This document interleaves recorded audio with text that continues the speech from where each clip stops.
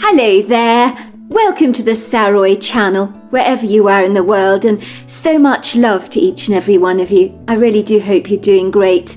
I'm doing fabulous, thank you very much, and I'm so delighted you've joined me for part 5 of our story tonight, because I love a good story, and I hope you do. And I also appreciate all your comments. When you leave comments, it means a great deal to me. So let's continue with our story, and we have to ask ourselves this one question. Is Chelsea in danger from Tyson now being allowed out of jail or the psychiatric facility or whatever you call it for young offenders? So let's find out, shall we? I'm very excited. And let's continue with part 5 of our story. It's part 5 tonight. If I said part 4, correction. Part 5. So let's continue, shall we? Chelsea, listen to me, will you? Don't get so distraught about all of this. When Tyson told you he'd come and kill you after he got out of that juvenile psychiatric facility, he was 12 years old at the time, and a troubled boy at that. Remember you sent him to that rehabilitation camp for young boys who had big issues, run by 2 military men, for 6 weeks, I believe it was. He never forgave you for that. But people change and don't act out on their threats. He's a grown man now, a young man. I'm sure he's matured significantly and has had a great deal of therapy to address his problems. What he said back then, Chelsea, probably carries no weight now.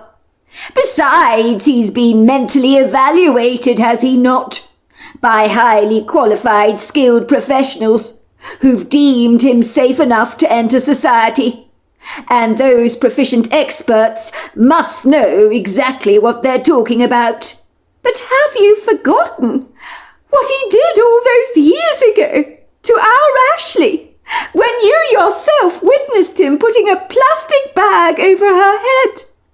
Do you know, I don't think she has any memory of that traumatic event, and thank God for that. But I don't believe he's changed, Eric. I really don't. You didn't believe he'd changed when he came back from that transformative camp, and that's why you clandestinely followed him into the grove. And your instincts were dead right. The rest of us were completely hoodwinked by his Machiavellian duplicity. But no, not you, Eric. Why are you choosing to change your mind about him now? I'm not changing my mind about him, Chelsea. Far from it, in fact. But I do happen to have respect for psychologists that have been evaluating your stepson. Maybe he's not a danger anymore. Perhaps he's had the necessary therapies and medications that have deemed him safe, suppressed that side of his character that predisposes him to becoming aggressive. Besides, he's not permitted to go near your property, and I doubt he'd compromise his freedom by breaking the rules. He'd have to go straight back to the facility, and he doesn't want that.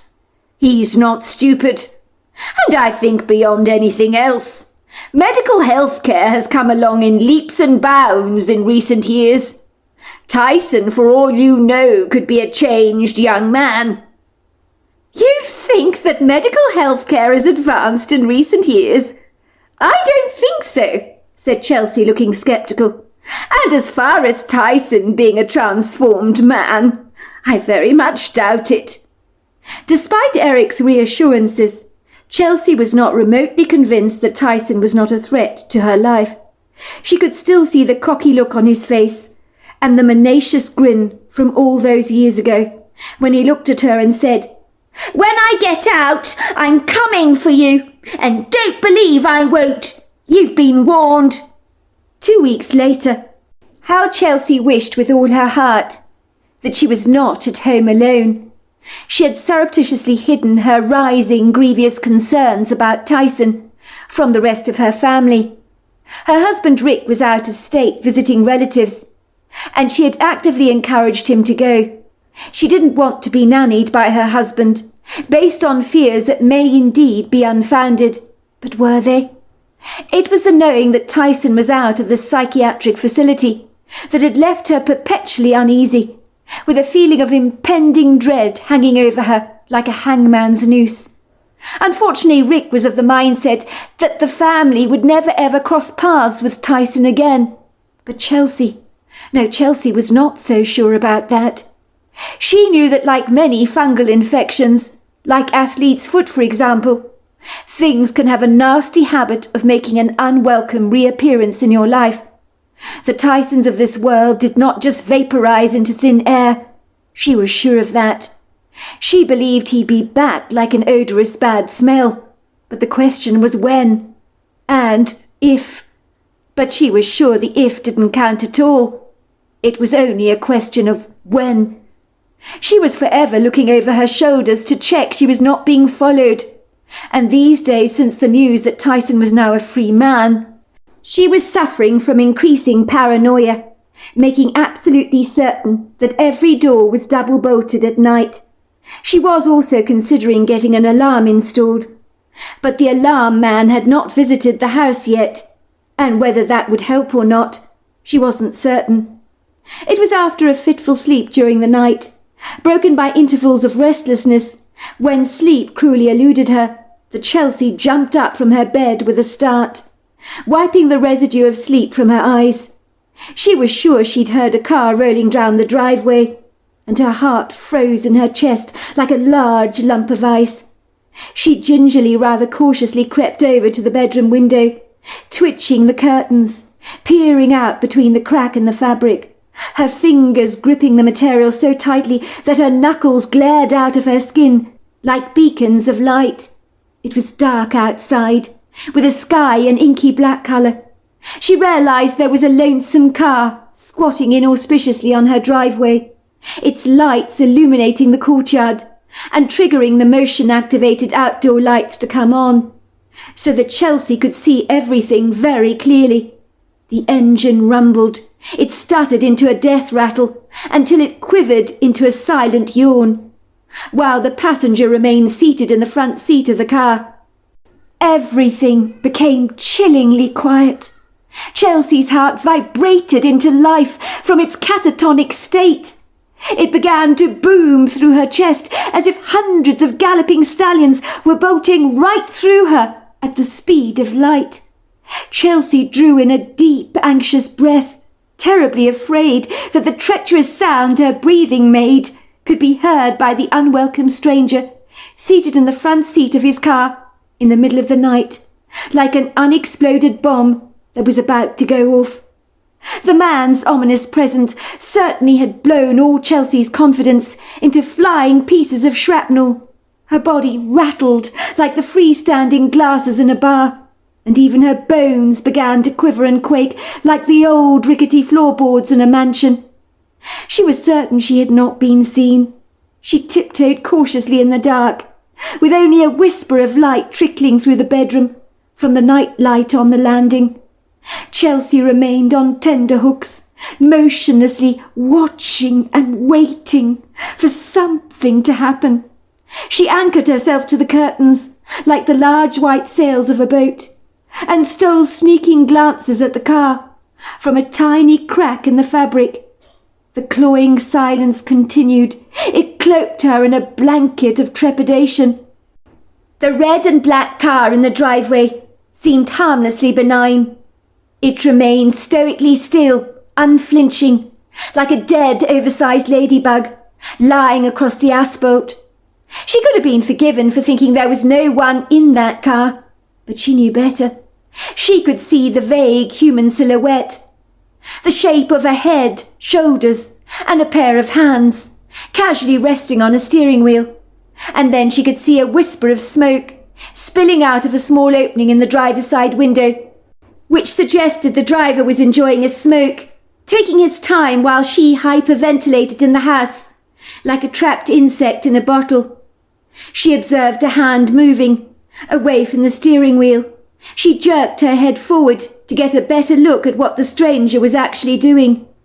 Every hair on the back of her neck was standing on end. She began to open and close her hands into a fist. The nervousness within her grew wings. She became restless and began pacing up and down the bedroom, like a lion at a zoo. She ran her hand through her hair in exasperation, trying desperately to think, but her thoughts seemed to just flee away from her. She sat back on her mattress, staring out in the gloomy, oppressive darkness, with an almost resigned, hopeless acceptance, like a mouse cornered in a small space by the family tabby, knowing in moments it'll likely be eaten alive. Chelsea felt almost as if there was no escape. Why not just surrender to her impending fate? Just give up? What was she expected to do? She kept telling herself to think. She knew what was out there, waiting patiently in that car. She had predicted this would happen. She had smelt this eventuality, like a fox on the trail of a rabbit, from a long way off. No one had paid attention to her concerns about Tyson acting out on his threats, but they had not been there the day when Tyson's steely eyes had widened, as he'd stared at her fiercely, after having executed a lethal threat that had clung to her for over 22 years, with the tenacity of chewing gum under a classroom desk that could never be shifted. She anticipated that car on her driveway, like a weather reporter on the evening news, might predict the advent of snow over the Christmas season. She knew that this day would come, and here it was. She had seen this vividly in her head. How could her husband and Eric be so naive? How could they believe a young man like Tyson, who felt he'd been cruelly wronged, locked up in a psychiatric facility for so long, not choose to come after them, to wreak his revenge on them? By all accounts, Tyson had exhibited hostile feelings towards Chelsea in that annus horribilis, insufferable year, when he'd moved into the Saxon household. He had believed she bestowed extreme favouritism on Ashley, her daughter, and had never forgiven her for that. Chelsea would have gladly been a great mother towards Tyson, if only he'd allowed her the privilege. But it's hard to make friends with a belligerent crocodile that would gladly bite off your hand if given half the chance. Tyson had been an objectionable, obnoxious boy, and loving him had been close to impossible. But she had tried her hardest to do just that. The Saxons had walked on eggshells to appease the truculent boy, but Tyson had remained resolutely unpleasant to have around, and had delighted in spreading unease wherever he went, like rancid butter over mouldy bread. It had been the most magnificent day of their lives to see him being handcuffed and placed in the back of a police vehicle, and driven far away from their home and their lives. It was on that auspicious day. The air had felt so fragrant and fresh. The whole countryside had smiled more brightly. The coldness of the entire year had thawed, and everything was vividly brighter, sharper, infinitely more beautiful than ever before. The frolicking horses and spirited dogs seemed infinitely more upbeat. In the grand scheme of things, it was devastatingly tragic that the family's cries for help had never been taken seriously.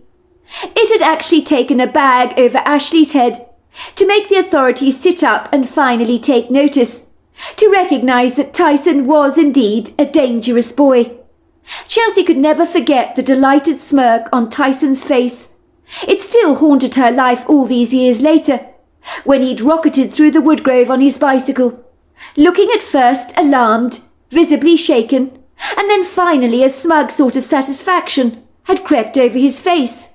When she'd asked him where Ashley was, he'd told her with a pleased smirk that her daughter would never ever be coming back home.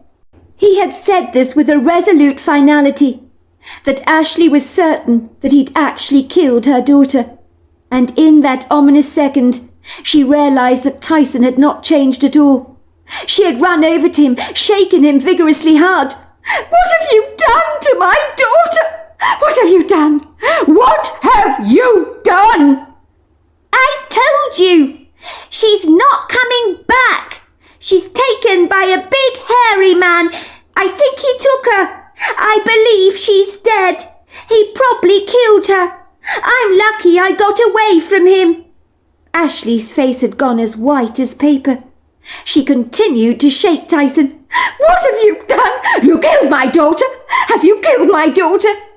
"I wanted to," he grinned, "but somebody else finished the job for me."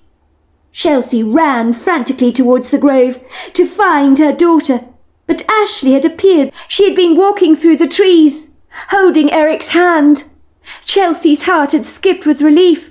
She ran ebulliently towards Ashley, swaddling her lovingly in her arms. "I thought you were dead," she had wept. Ashley had sobbed into her mother's chest. "Mummy, he tried to kill me! He tried to kill me! He put a bag over my head! I couldn't breathe! I thought I was going to die!"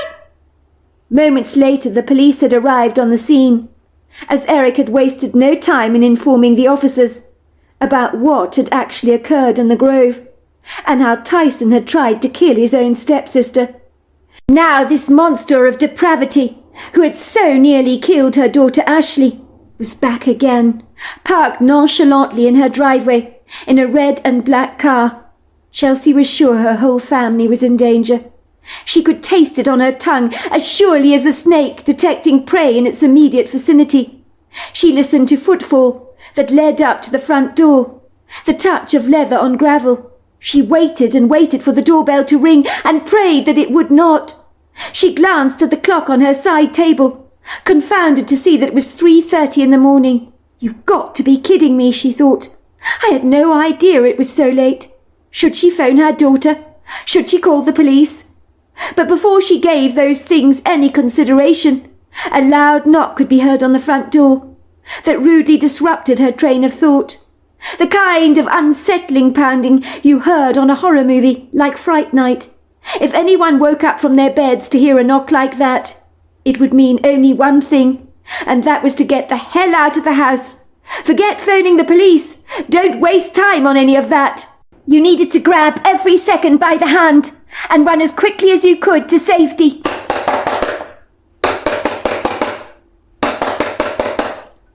At breakneck speed, Chelsea hurriedly put on her sneakers. She heard the door downstairs begin to quiver and quake. The whole house began to rattle and shake precariously, as if it had been hit by a miniature earthquake. She knew that the door was being broken down by an axe. The sound was airy, like the substance of which your darkest nightmares are made from. Chelsea nimbly trotted down the staircase as quietly and as quickly as she could, her heart booming violently in her chest, sweat breaking out in beads above her top lip. Her blood had turned as cold as ice, and when she could see the head of an axe pounding down the door, her worst, most dreadful fears were confirmed. No one ever broke down your door, unless their intentions were to kill, steal, and destroy. She sensed the paralyzing urgency to get the hell out of the house. Thank God the family dog was with her husband, she thought. She surreptitiously slipped to the kitchen door, grabbing the torch she kept on the shelf for easy access. It was with slippery fingers she opened the door, sneakily creeping out, closing it discreetly behind her. But any noises were drowned out by the crashing sounds of the axe. She would have liked to have run to her car, driven far away, but she'd have been seen and possibly grabbed before she had a chance of escape. She had in mind to run through the trees of the grove, to the road and to another farmhouse to get help. She realized in her haste to get away from the looming danger, she had left her cell phone behind on the kitchen table. How could she have been so incredibly stupid? She could hear the explosive sound of the wood shattering as it surrendered to its deadly fate. The front door came crashing down. It was difficult to run, even with the adrenaline coursing through her veins. Her heart was skipping through her chest. Her legs felt as heavy as cinder blocks. But somehow she managed to drag her body through the trees. It was so tenebrific in the grove, so dreadfully dark. But she couldn't allow the looming shadows to intimidate her. She was so sure she was going around in circles, because she could not see where she was going. And if she kept the light of her torch on, she could easily be spotted. In a trice she saw a blinding light entering the trees obtrusively, its unwelcome beams tossing away the dark shadows like old blankets. The man was finally coming after her. She knew she needed to find a hiding place, but where? She crawled under a bramble bush, wincing out in pain, as the sharp, thrusting barbs pierced through her skin, ripping through her flesh. But she thought hiding under this bush would be the surest way of not being seen. I mean, who searches a bush of brambles? People avoid bramble bushes like the plague, and this one had a small enough crawl space for Chelsea to climb under. She clung to the ground, anchoring herself tightly to the earthen soil. Her top was caught up in the brambles, her skin stinging out in pain, her heart thundering against the ground. She held her breath, terribly afraid that it could be heard. She heard the sound of a heavy boot callously thumping the ground as a man moved through the trees, his footfall getting closer and closer and closer. She could hear the pops and the snaps of twigs, the rustle of leaves, the rattle of the ground as the footsteps vibrated. The energy of the night suddenly became remarkably tense as the orchestra of crickets and frogs faded. Fear gripped Chelsea in such a tangible way as she clung helplessly to the ground. She was like an oyster on a rock, trying to make herself as inconspicuous and as small as she possibly could. "Please, God," she prayed, "don't let him see me. If he sees me, I'm dead." The light of the man's torch got brighter as he closed in on her, moving down the earthen paths. The powerful light of his torch unabashedly wrestled the dark shadows so that nothing remained hidden. It was one of the brightest lights Chelsea had ever beheld, and it held the darkness to ransom. She heard the sound of a throat being cleared, and then a cough. For a second the light shimmied over the bramble bush as the heavy boots thundered past her and stopped. She opened her eyes that had been clenched very tightly shut, as if willing the man away. But he was far too close for comfort. She could smell the stench of cigarette smoke on his person, the scotch on his breath. He was standing with his boots only a hair's breadth away from her, drenching the forest with his torchlight, running up and down through the trees, and even lighting up the branches in case Chelsea was hiding up in the trees. Chelsea was so uncomfortably close, she could easily have reached out to grab his ankle. "Go away, Tyson," she kept whispering in her mind. "For God's sake, Tyson, go away." But Tyson stood there, like a stubborn stone statue. He continued to feather the forest with the light of his torch, and she could feel he meant business, that he'd stop at nothing to find her. She could hear his heavy breathing, and from the large shape of his silhouette, he was no longer the lanky 12-year-old boy she'd once remembered. He was so much bigger now, so much more formidable, infinitely more dangerous. Chelsea did not know how it happened, but suddenly she had an urgent, desperate need to sneeze. She tried to suppress it, but out it came. And then the man turned around. His bright, invasive light, like a pair of car headlights, obliterated the darkness of the bramble bush where she was hiding.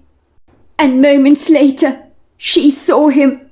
Her worst nightmare was realized as a face peered down at her. But the face was that of a man, not a boy, not the boy she remembered. Tyson's head was completely shaved. He was wearing a large vest that showed off his enormously threatening biceps that were covered in tattoos. He had earrings in his ears. He looked like a powerful bouncer you might find at a nightclub, capable of beating anyone within an inch of their lives if they ever stepped out of line. Even though Tyson looked ominously different, there was no mistaking those cold, dark eyes that were devoid of any emotion, that stared at her triumphantly. "Well, well, well, look who we have here. Long time no see, Chelsea," said Tyson in a booming voice. "Look what the cat dragged in." "What are you doing here, Tyson?" asked Chelsea. "Why don't you leave us alone? Go away, will you?" "So she remembers me, does she? Well, that's a promising start, isn't it? Why don't I leave you alone? Is that a way a stepmother should talk to her stepson? That's not very nice, is it? I mean, you haven't seen me for many years, and this is the kind welcome I get. Even the prodigal son fared a lot better in the Bible, did he not? This is not the nice welcome I'd expect from you, Chelsea. You forget, Tyson.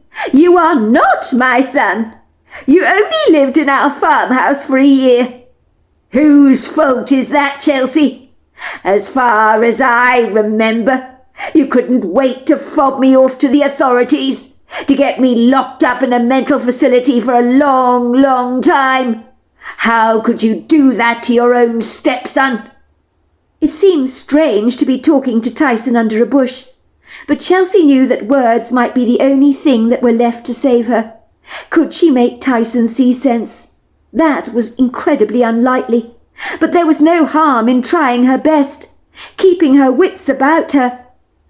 What did you expect me to do, Tyson? You were the one that put a bag over my daughter's head. You wanted to kill her.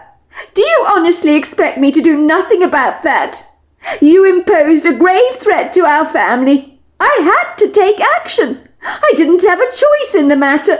You were out of control, Tyson. You couldn't wait to see the back of me, Chelsea. You were pleased when the police cuffed me and put me in the back of their car. I saw the expression on your face. You were satisfied. I'm sure you were hoping you would never see me again. Sorry, Chelsea, but some things have a habit of returning. I cared about you, Tyson. I really did. Why do you think I visited you at the psychiatric hospital? Because I cared about your welfare. But living with you was so difficult. You were like a snapping turtle. I was scared of getting bitten. We were all like that. You intimidated our lives. Why are you here? Why did you come here tonight? Why did you break down my door with an axe? Are you completely insane? Why? You ask me why? That's a very good question, Chelsea. Why do I think you know the answer to the question you ask me? I'll tell you why. Do you remember when I was 12 years old? I looked you straight in the eye when you visited me at the psychiatric place, and I told you if I ever get out that I'd be back and that I'd get my revenge on you. Most especially you, Chelsea. I'm a man that keeps my word. The passage of time means absolutely nothing to me. When you were responsible for locking me away for years and years, I'm a man that keeps my word. The passage of time means absolutely nothing to me. When you were responsible for locking me away for years and years, time becomes irrelevant. It has absolutely no meaning at all. I've been wistfully dreaming and planning this night for many years, since I was 12 years old, and finally my moment has arrived, my opportunity to right a wrong, to get my blissful revenge. What happens to me afterwards is of no consequence to me, as long as I've hurt you. For you stole my life by ensuring I was locked away for years. I'm here to extend the very same courtesy you extended to me, by enjoying the privilege of taking the years from your life that you might have lived, like you took from me. But you're so predictable, Chelsea. It's ridiculous. I knew you would come and take cover here in the trees, but I was prepared for that. I came with a high-powered torch. I knew I would find you. So what are you going to do to me, Tyson? Kill me? Is that the idea? I'm going to have fun as I watch you die, like I very nearly watched Ashley succumb to her fate. But tonight, Chelsea, while your husband is out of town and the cat's away, the mice come out to play, do they not? And this mouse here is up for a very good time, let me tell you. I don't care what you do to me, as long as you promise not to hurt my daughter Ashley and my husband. That's all I care about." Tyson let out a cocky laugh. "I'm not going to make any promises to you, because I'd never keep them. I have no intention of hurting my father. But yes, I will be hurting Ashley, and I will be hurting Eric, because they deserve to die." "Tyson, the very fact that you're talking like this shows that you're not well in the head. How did they ever let you out of that place? You need help, you really do. You have no compassion in your heart whatsoever. Do you think I don't know that? 1% of the population are exactly like me. I have no remorse, it's true. That's what makes this all so very easy. My new psychologist was a doddle. The last one was impossible to convince that I was well. But this one, he's easy to manipulate. I persuaded him that the very idea of harming another human being was repellent to me, and he believed my lies. See how easy it is to get over people, to manipulate them, to deceive them, to get them to do exactly what you want them to do. So here I am. And now, Chelsea, this is all about you. The two of us are going to have a great deal of fun tonight. So let's get the party started, shall we?"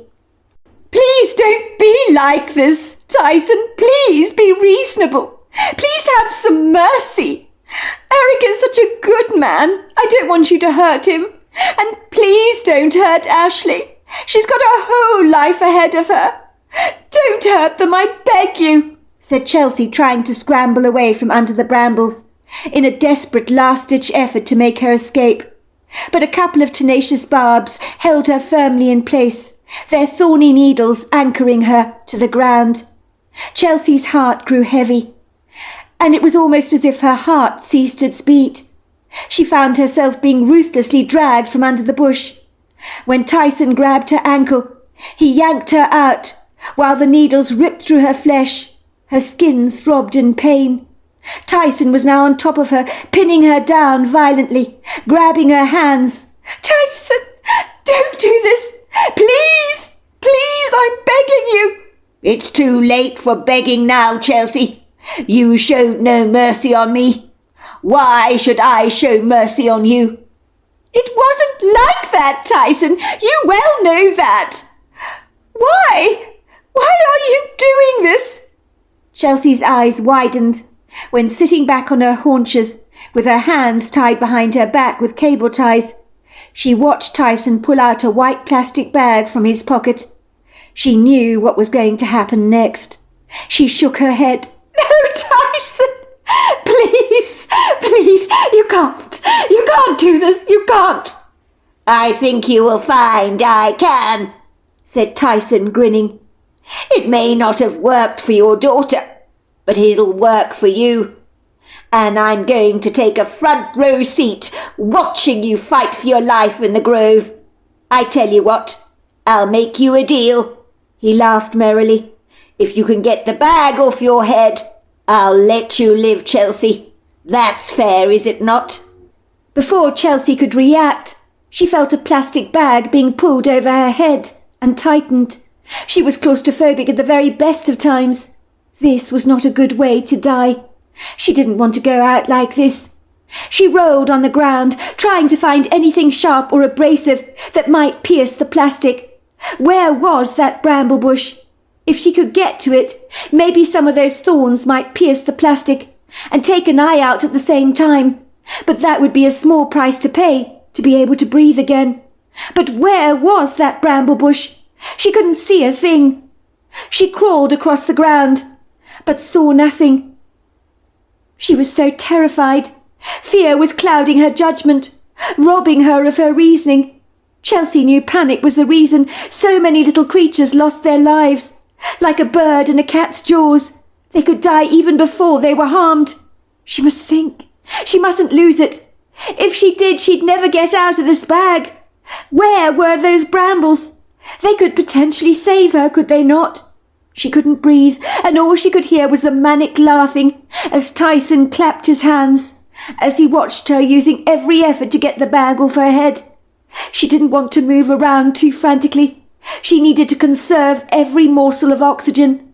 All of a sudden, breaking the silent monotony, was the sound of a thunderous roar that rudely ripped the silence apart with a vengeful ferocity. All of a sudden, she felt the plastic bag being shredded from her face, and she was able to imbibe the glorious fresh air. She began to cough and splutter as she hungrily seized the life-giving oxygen into her lungs, taking thirsty gulps.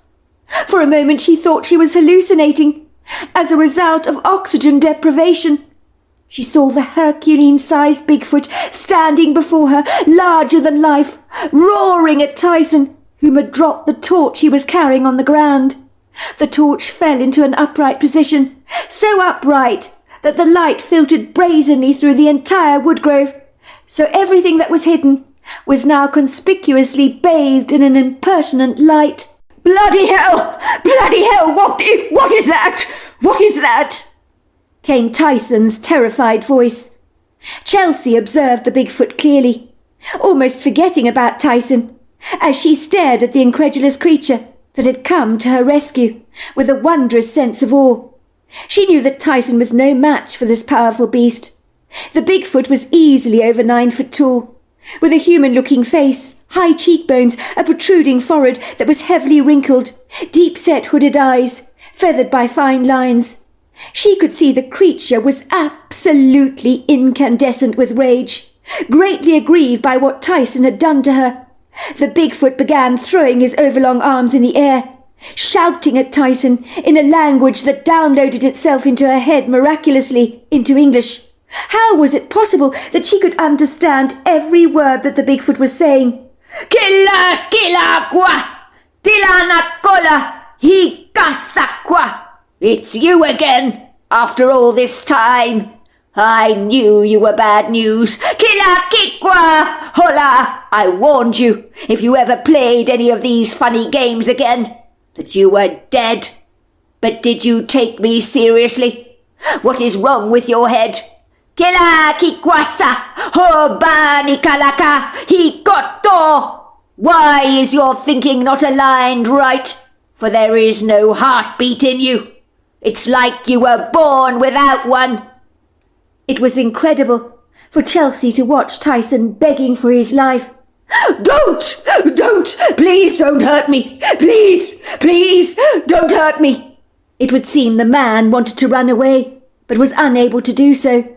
Chelsea suspected his legs felt like concrete blocks beneath him, like hers had done only moments before, when she had fled from the farmhouse. The Bigfoot threw Tyson over his arms. The man kicked and screamed in vain. The Bigfoot turned around to look directly at Chelsea, speaking to her again in his strange, rather curious language. Kenatali nato, basikatwa, likilaniko. You don't need to see what I'm going to do to him. I'll take care of things for you. And by the way, tell your good friend with the horses that I appreciate him letting me select the right stores for them. I know which ones they prefer. And with that, he just glided away. 2 weeks later. "What's wrong?" asked Chelsea, as her husband Rick came into the kitchen. You won't believe it, he said. The police have been on the phone to inform me that Tyson was found in the lake an hour away from here. He had drowned in a place where people regularly go fishing. A fisherman found him, would you believe it? Chelsea had not shared with her husband what had happened, not because she wanted to keep the event from him secret, but because she was trying to get her head around what had actually transpired. She knew how distressed her husband had been when he'd learnt that Tyson had put a bag over their daughter's head all those years ago, and she didn't have the heart to tell him he'd done the very same thing to her, especially knowing that Tyson was his son, as no father wants to believe his son is capable of so much evil. "That's incredible," said Chelsea, looking at her husband through narrowing eyes. "I'm not going to pretend I'm sad, Rick. I'm really not. Tyson was bad news from the very beginning. You know he was. And with him alive, I know our lives would be in perilous danger. I'm sorry, but I do. And I'm sorry for you, Rick, as I know you care for him greatly, because he was your son, but that's just it, sweetheart. The police have informed me that he was never my son. The DNA databank affirmed this only a short while ago. Tyson was never your son, but I thought... So did I. It turned out Rachel lied to me all along. I was never the boy's father. But as to why she did this, we will never know. I understand she died 5 years ago in a car accident. So some things we'll never know about. Chelsea hugged her husband. Tears began to spill down her husband's cheeks. It's just such a relief, you know, that I didn't father a monster after all.